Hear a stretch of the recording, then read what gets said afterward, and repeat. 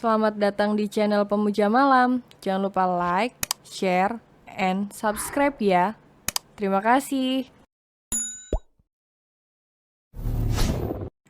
Chapter 8. Perasaan cemburu. Pagi-pagi sekali Kiara sudah datang ke kantor. Niatnya hari ini juga ia akan segera menyerahkan surat pengunduran dirinya sebelum ia bertemu kembali dengan Kaisar. Begitulah harapannya. Namun, belum juga ia sampai di ruangannya saat hendak masuk ke dalam lift. Tiba-tiba ia sudah merasakan sesuatu yang berdiri di balik kerah kemejanya. Kenapa bulu kuduku merinding? Jangan-jangan ada penghuninya di gedung. Gumam Kiara bergidik. Ia tidak menoleh atau apa. Ia langsung masuk begitu saja. Hingga saat ia berbalik hendak menekan tombol lift, matanya langsung membola begitu melihat sosok pria yang sedang berusaha ia hindari. Sudah berdiri di belakangnya sejak tadi. Pantesan aja merinding, ada penunggunya. Celetuk Kiara yang sukses membuat Kai juga langsung menatapnya dengan tajam. Coba kau katakan sekali lagi. Tekannya dengan tatapan yang begitu menyeramkan. Maaf tuan, Anda mau masuk. Kalau tidak, maka pintu liftnya akan saya tutup. Kata Kiara mengalihkan pembicaraan. Ia berusaha senatural mungkin berperilaku layaknya karyawan lain. Tuan Kasar, lift Anda masih dalam perbaikan. Anda mau bareng saya atau menunggu saya sampai atas dulu? Belum sempat Kiara menyelesaikan perkataannya, tiba-tiba Kai langsung masuk begitu saja dan menggeser posisi Kiara. Kirain masih mau gengsi, cetus Kiara lagi. Namun Kai masih diam dan tak menanggapi. Di dalam lift kini hanya ada mereka berdua. Keduanya saling diam, sibuk dengan pikiran masing-masing. Hingga tiba-tiba saja lampu di dalam lift berkedip beberapa kali dan berujung mati. Seketika itu juga Kiara langsung berjongkok dan menjerit histeris. "Ah!" teriaknya dengan mata tertutup dan tangan yang menutup kedua telinganya. "Gak usah drama, bentar lagi juga nyala," cetus Sky dan langsung mengambil HP di sakunya. Ia menghela nafasnya kasar saat mendengar suara isak tangis dari Kiara. Karena penasaran, ia pun mengarahkan lampu senter dari HP-nya kepada gadis tomboy di depannya ini. Dan betapa terkejutnya ia saat melihat tubuh Kiara yang sudah bergetar hebat. Dahinya sudah basah dengan peluh, dan isak tangis terus terdengar. "Hei, kau kenapa?" tanya Kai masih dengan sedikit ketus. "Kau tidak bermimpi aku akan memelukmu dalam drama seperti ini kan?"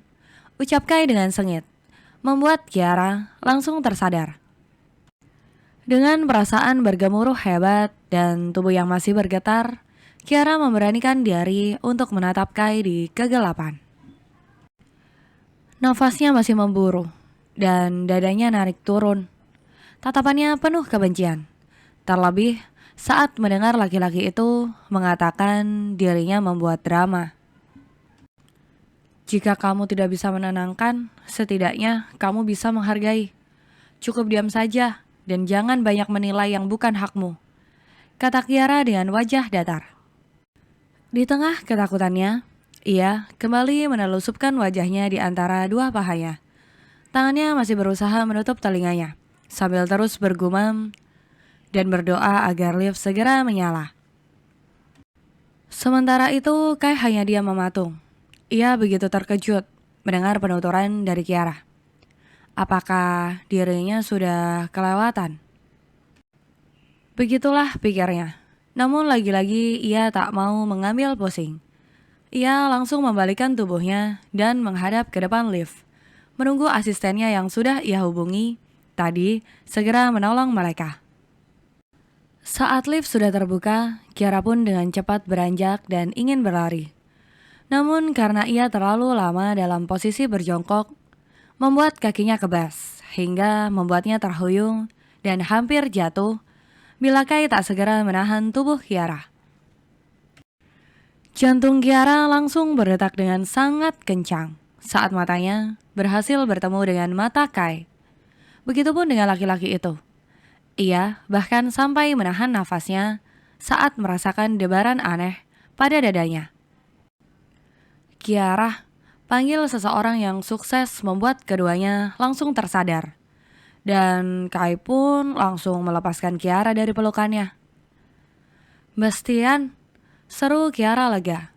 Ia pun langsung meminta tolong pada Bastian agar membantunya mengantarkan ke ruangannya. Sementara Kai yang melihat bahwa Kiara mengenal adiknya hanya menatap bingung pada keduanya.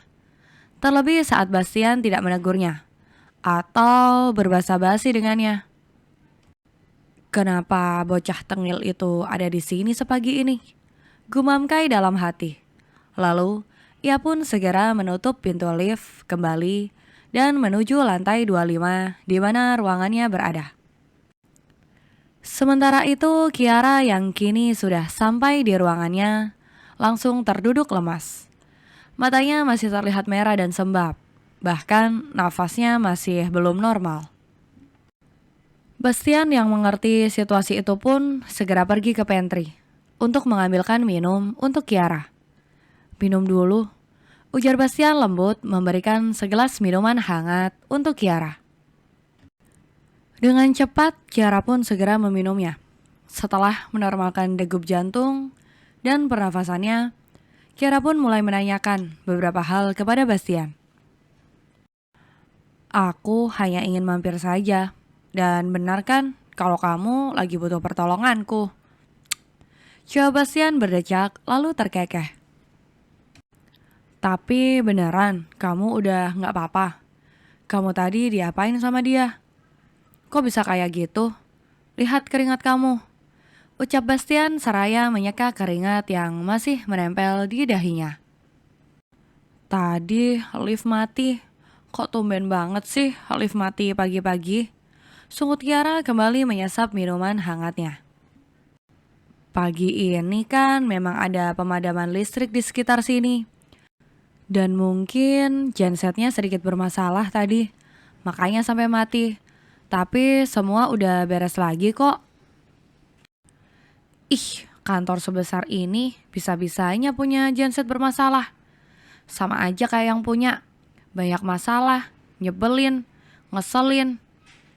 Hei, jangan salahin yang punya, tapi salahin yang ngurusnya, kata Bastian kembali terkekeh.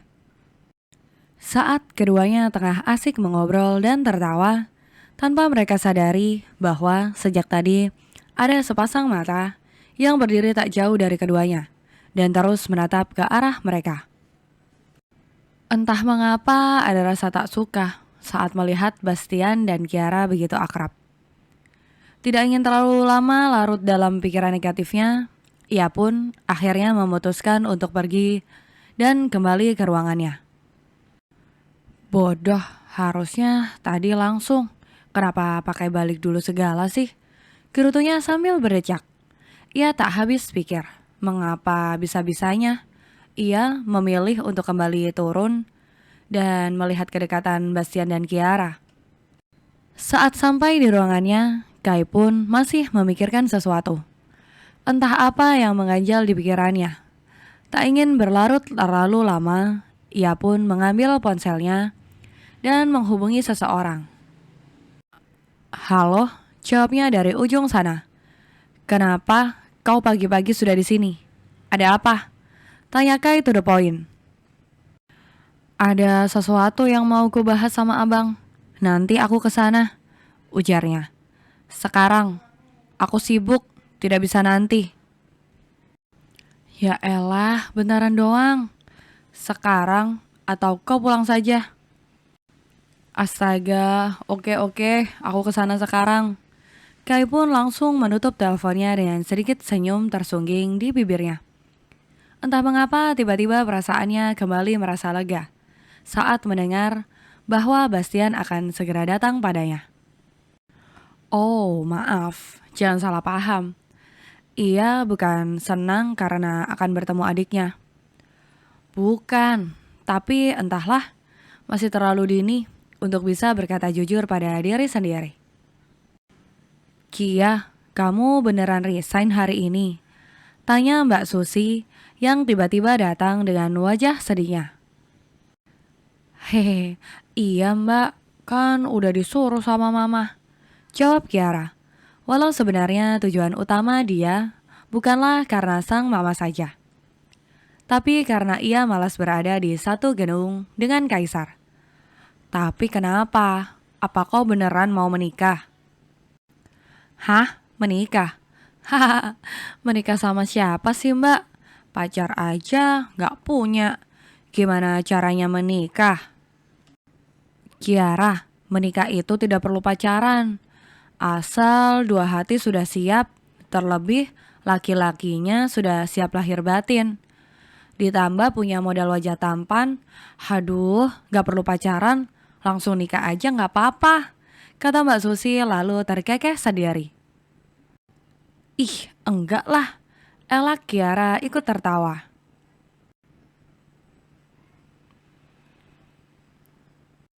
Sepertinya kau begitu mengenal gadis tomboy itu dengan baik, celetuk Kai sambil memeriksa beberapa berkasnya. Siapa? Tanya Bastian mengerutkan dahinya. Siapa lagi kalau bukan kamu? Tidak mungkin Fadil kan? Cetus Kai menggelengkan kepalanya. Ya kali aja, kata Bastian terkekeh, membuat Kai semakin mendengus kesal. Dia teman sekolahku bang, teman kuliah juga. Asik kok anaknya. Kau menyukainya? Tanya Kai langsung menatap sang adik dengan intens. Yang mana malah sukses membuat Bastian langsung terbahak-bahak melihat ekspresi sang kakak. Hahaha, kau cemburu? Tanya Bastian masih dengan gelak tawa di bibirnya. Bagaimana nggak deket coba? Kami udah berapa tahun kenal, sering nongkrong bareng juga. Wajar lah, lagi pula kalaupun aku suka sama dia, dia tidak akan pernah suka padaku. Ucap Bastian menghela nafasnya kasar, lalu sedetik kemudian ia langsung menatap sang kakak dengan senyum menyeringai. Ini tantangan berat buat abang, karena abang yang akan menikah dengannya. Tantangan apa maksudnya? Tanya Kai tidak mengerti. Dia itu saat ini lagi patah hati, dan sejak dulu ia cuma bisa mencintai satu laki-laki. Nah, tantangannya, bisa nggak abang ngalahin laki-laki itu? Bisa nggak abang menggantikan posisi itu di hati Kiara? Ucap Bastian dengan senyum penuh arti. Cih, hanya seperti itu. Tapi sorry, aku tidak mau. Dan aku tidak berminat sama sekali, kata Kai menggelengkan kepalanya. Yakin gak berminat? Goda Bastian. Dia bukan tipeku, jawab Kai dengan cepat. Lagi pula wajar saja dia dibuat patah hati, ditolak sama laki-laki. Kamu lihat saja penampilan dia. Mana ada bedanya dia sama laki-laki, sangat berbeda dengan Zaskia. Kata Kai kembali membayangkan penampilan seorang Kiara yang sangat berbeda dengan Zaskia. Hah, jelas aja mereka sangat berbeda. Memang tidak bisa dipungkiri kalau Zaskia lebih anggun dari Kiara. Tapi satu hal yang gak akan abang tahu, bahwa Kiara jauh lebih sempurna dari Zaskia. Dan abang akan melihat nanti saat abang sudah berhasil mendapatkan hatinya. Kata Bastian semakin membuat Kai merasa ada sesuatu yang memang harus ia lakukan. Abang masih ingat kan dulu waktu dia belum mengenal abang seperti apa? Dan bagaimana dia sekarang? Maka dari itu, belajarlah dari pengalaman. Jangan pernah menilai sesuatu hanya dari cangkang. Imbuh Bastian yang sukses membuat Kai terdiam karena kalah telak. Bersambung.